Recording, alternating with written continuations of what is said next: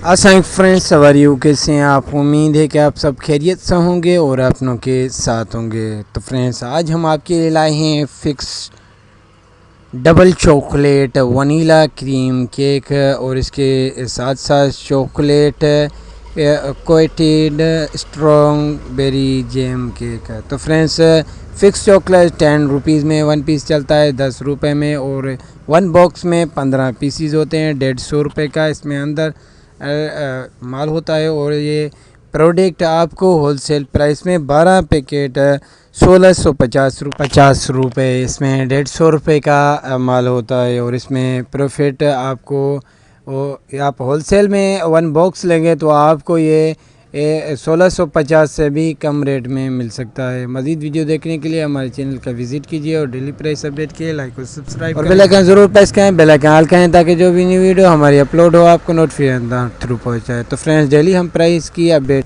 upload करते रहते हैं और अपने फ्रेंड्स के साथ ज़रूर शेयर कीजिए ताकि डेली की अपडेट